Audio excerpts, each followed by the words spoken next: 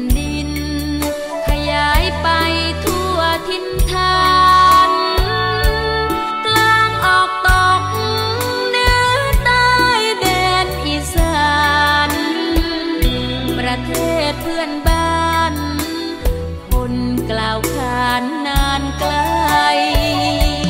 มจรมหาจุฬาลำค่าศูนย์กลางสรรพวิชาปัญญาสว่างไสวัย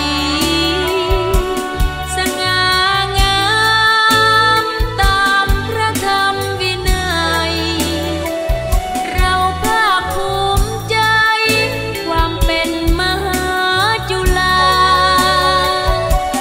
มจรราชวิทยาลัยเก่งเกียรติก้องเกรียงไกรในเรื่องการศึกษาได้เรียนรู้เหมือนเรียนอยู่ As our volunteers, we will go once a week into the temple to Wat Po and participate in the Buddha Day and the Buddhist teaching and in Thai culture to show about Thai culture, how to come into the country, how to be in the temple, what are the ceremonies going on, the chantings, how we can use, and that we connect the friendship and understanding. Because sometimes we don't know why is the Buddha statue, what is the meaning, and we explain the meaning of everything, the symbol that we can find, and this creates the understanding. At the same time, every Thai people that we meet are the teachers for our friends coming. By their generosity, their giving, their sharing, their Thai culture is amazing. So many teachers here. So by coming and volunteering, helping with English and the orphanage, with the plants, planting trees, our aim is also to plant forests. At the same time, we learn so much. So we volunteer and all Thai people volunteer for us to share and give the good heart. I think this is a short version of our project. Great. Yeah, I would like to thank all the Thai monks who taught us in meditation. And Ajahn Dr. Somchai is not here, but he's our mentor whenever we have some problem or help, or he's also get. We have to ourselves. We can. Time, and let's all give a big cheers who have come. Volunteering. Your forbearance, you, of all of you, and to unite to the most venerable is his prayer. We can end our. And if you have time.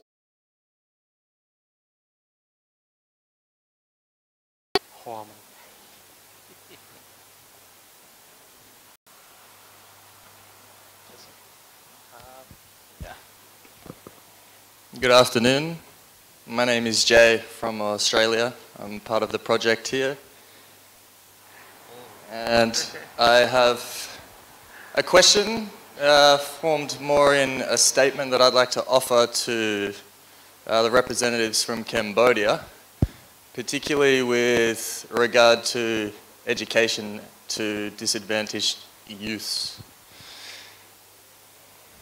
So I think I speak for a lot of people when I acknowledge problems in the youth of today, some of them being a dissatisfied sense of self-consciousness, addiction, attachment, and lack of honest communication, fear and ambition also. My concern is with the youth of developing nations striving to become part of a system loosely, partly responsible for some of these problems, mainly through encouragement, unfortunately. So my concern is with the education system, the traditional educational system. And my question is whether there is a focus on these things when you offer education to the disadvantaged youth, whether this is something that is acknowledged by your organisations. Also, whether there is a focus on teaching skills to these disadvantaged peoples so they're not dependent entirely on services that they cannot afford, particularly with a focus on food production, abstaining from the use of chemicals, construction using sustainable materials, and green energy. Sorry for such a long question. Thank you.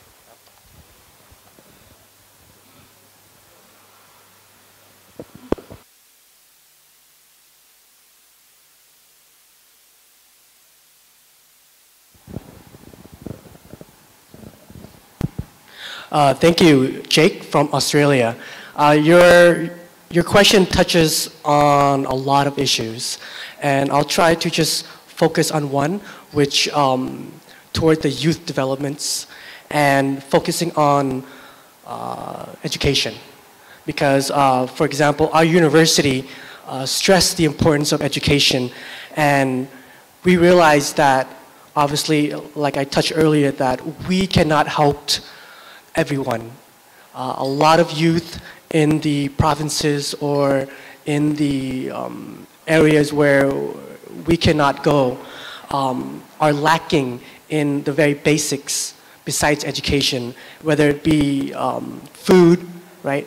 And through these lacking, they turn into, for example, addiction or for perhaps like thievery and stuff like that. But we can share that our universities strive to educate them in a way where we go to these provinces, we go to these areas that are in need, and then we go back to see whether what we've done change, what we've done so far improve the lives of these children. And we go back several times. For example, last year we went back to see whether the school system where we educate them, inspire them to go further in education, because in Cambodia there's a perspective that it's short-term rather than long-term, in a way where if they see money, the parents would force or have their children to go to work in the factory instead of going to school, continue on to the higher education. So we try to educate the children and also communicate with the parents that perhaps if they see education as a form of getting out of poverty, as a form of educating them, getting away from them being addicted to certain drugs, or preventing them to have fear in our system, it helps in the long term, because it works in a way where when we do go back, we ask them, and they seem very responsive in our development of facilities in wells, in libraries, in the school system, where they continue on. And some of these kids right now are in our university studying for the BA and then continue on to the MA, which eventually they can go back to their provinces and be a role model and say, look, I've made it. I've gotten out of the system, and you can too if you try hard, if you strive hard to educate yourself, to be aware that this is not your only option. Thank you.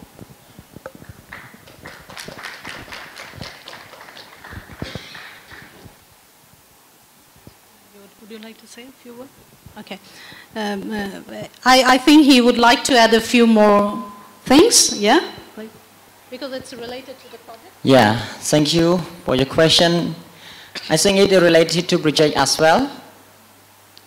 I just focus that we have created the programs called Morality and Education Program. And we have provided the English program training to the children for the whole year. Yes, the term is the whole year. And started from 2005 to 2010. The program have set with a specific objective, have the curriculum, yeah, and we have the outline for the training. And all the volunteer teachers, we have trained the teaching methodologies strictly. And we have the program of for monthly exam, semester exam, and final exam as well. So we have trained, teach the children with the quality. And now we have set the quality system we call meal system for our organization. Unless we are volunteer Buddhist organization, but we have set the system we call meal, monitoring, evaluation, accountability, and learning. Thank you. Thank you very much for this information, because Buddhist organizations are also catering to the need of people of developing their language skills. I think we can learn a lot from you, okay? Thank you very much. Any other question? Yeah? Ajahn Dr. Burin has a question. Is the microphone there? Yeah. Dr. Nirad, Ajahn Burin has a question. Yeah.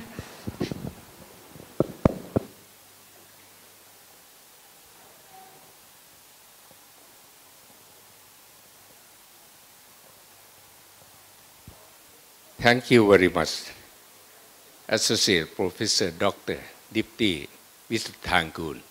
I have one question to ask Venerable Pothi Uttama from Indonesia. How to propagate about the Buddhism in your country, especially majority of the people respect about the Allah. This is the number one. And number two, I am interested about the Panchasila. Panchasila is a mean in the five precepts in the Buddhism or not. It's been to me and listener. Thank you very much.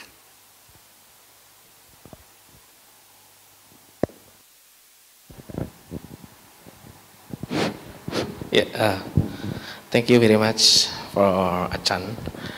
For your questions. The first, how to propagate Buddhism in Indonesia. Actually, I think in Indonesia, very soft propagate of Buddhism in Indonesia, because after the communist cup on 1960s and 1965, and then because of all of the Indonesian must have religions. Then for this, many of communist members and everything, they become a Buddhist at the time. And then, except that, because of Pancasila, I mean this Pancasila in Indonesia as ideology of Indonesia. This the first is about the religiosity, and then our belief on God. Almighty God, but this it's mean religiosity, and then second is humanity, the third is unity, Indonesian unity, the fourth is about the parliament, and then the fifth is about the social justice. So based on this Pancasila, so this different with Buddhist Pancasila. That Pancasila is as a basic ideology of our country, Indonesian country, and with the with Garuda as emblem, with our Garuda as emblem, and have the symbol of Pancasila. So from this Pancasila in our constitution, that's telling that all of the people of Indonesian people must they free to get religions based on their faith. It means so all Indonesia can choose religious based on their faith, and then how they like to get religions. For example, if my parent, if my grandfather, grandmother, all of Muslim, from my father or my mother, but from my parent in 1970s, they choose of Buddhism because they like or become Buddhist is maybe different with other religions. Also, some of the people in Indonesia can change religions based on their faith, because from the constitution give us to get free to believe in our religions, because the religions in our understanding is human right. So in Indonesia we have the six religions that as the formal religions in Indonesia by government under the constitution. There's Islam, Christian, Catholic, Hindu, and Buddha, and also the new one is the Confucianism. So from that, I think for the Buddhist propagation in Indonesia is very soft, and then we can going up in that. And then some of monks before they are Muslim, and then because they like Buddhism, and then change religion, and then now as a monk like this. This is the reality case in Indonesia. Like. So I think for Buddhist propagation, Indonesia can do from the education and also in the temple, but we cannot preaching the Dhamma in the public. All religions cannot preaching and talking about religion in the public, but they must preaching the Dhamma if Muslim in the masjid, mosque, and then Christian in the church, and then Buddhist in the temple or monastery, etc. That is our condition, and then support by government too. To every Buddhist, every children must get religious study based on the religions. So why we open some Buddhist college to educate some people who become the Buddhist teacher in Indonesia. That is our condition now. Thank you. It's great to know about the secular spirit of religion in Indonesia. It's a very safe country to travel also. And when I was there, I really experienced this secular spirit. And just now he said Muslims can change their religion into Buddhist, and they can become Buddhist monk. And it's really happening there. But this kind of very positive things we don't hear in the news. Okay, the news never report the positive things, so we always create our own images. So this is the good thing that happens from seminars, and I'm very happy that the Venerable is here and to talk to us about the secular spirit of Indonesia. It's great, actually. Any other question? We'll take a last question. Yeah.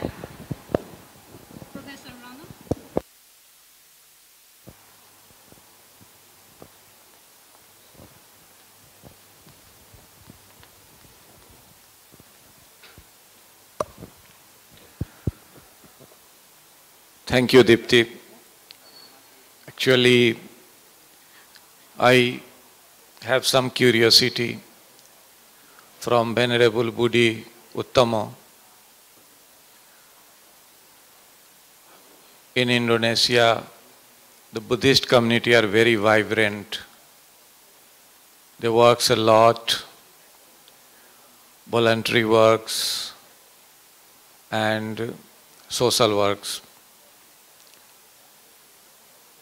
Their organization like Pasada Jin Rakshita and other organizations I have personally experienced, because I was attached to Pasada Jin Rakshita for 15 days.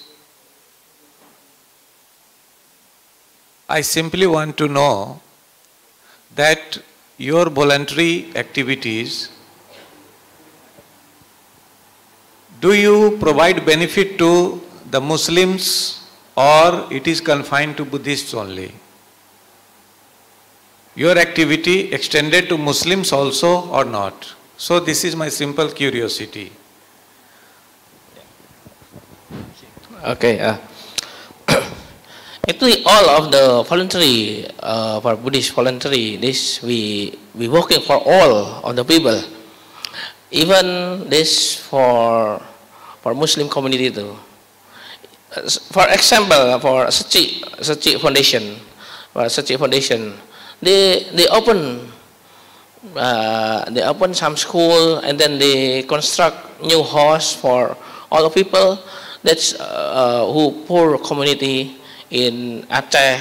This majority is Muslim, and then also in Jakarta have the poor community there. They give all. Also, when we saw some disaster, we working for all.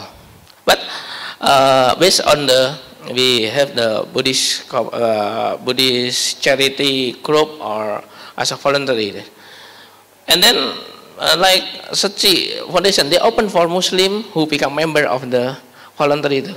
So actually, our work is for humanity, and then so for all of the people who need help, we will help without thinking of religions, of race, or ethnic and everything, because this based on our ideology in our country.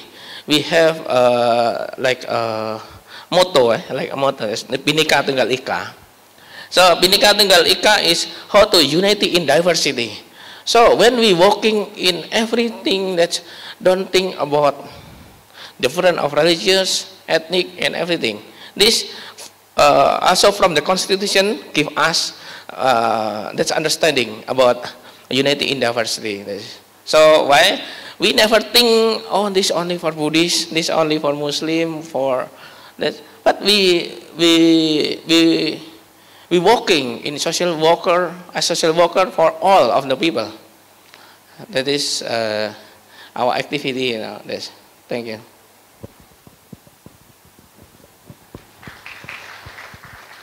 Yes, thank you once again for this information. And while I'm listening to you, I felt that it's time we here at Konkan campus do some research about the secular spirit in Indonesia in the future. Okay. With this, I would like to end this session, our symposium today, and I would like to thank all of you for your patience, for your attentions, and for your tremendous forbearance, because our session extended by 28 minutes. It was supposed to end at 5, so it's already 5.5. So thank you very much for your patience. Thank you. On behalf of the organizing committee, I would like to sincerely thank our professors and moderators for this insightful and valuable symposium. Next, I would like to invite all professors and moderators to proceed in front of the stage for the certification ceremony.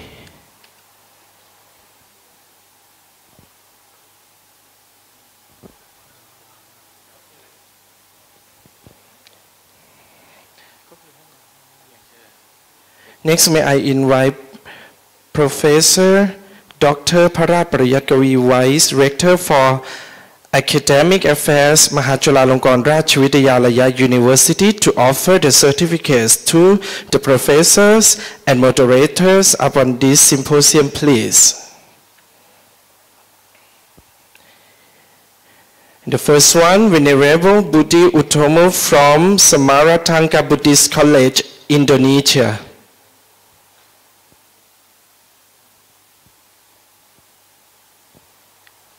The second, Mr. Sam Sokunsok from Panyasatra University of Cambodia. Third, Mr. Chamren Goy from Organization of Buddhist Social Development, Cambodia. The fourth, Talkutat Chitobia from Bhutan. The fifth, Dr. Jeffrey Wilson from Dairy Research Institute, Australia. And the sixth, Dr. Nitesanan Nari, Vice Director of Konkan Sangha College fromฬาลงกรณราชวิทยาลัย University, Konkan Campus, Thailand. And the last two symposium moderators, พระมหาสมชายกิตติปัญโย and Associate Professor Dr. Dipti Visuttangul from มหาจุฬาลงกรณราชวิทยาลัย University, Konkan Campus.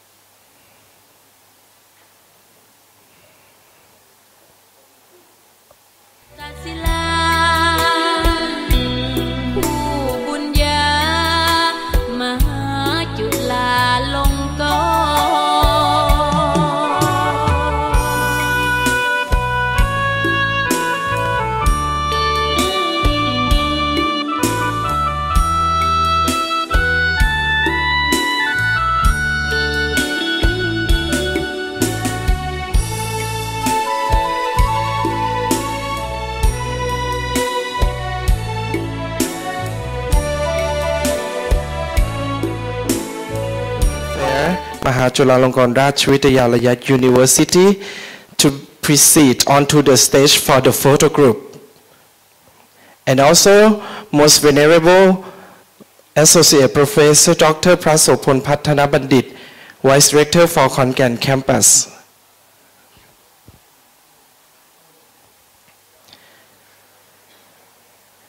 I would like to invite all venerables and guests, ladies and gentlemen, proceed onto the stage, please.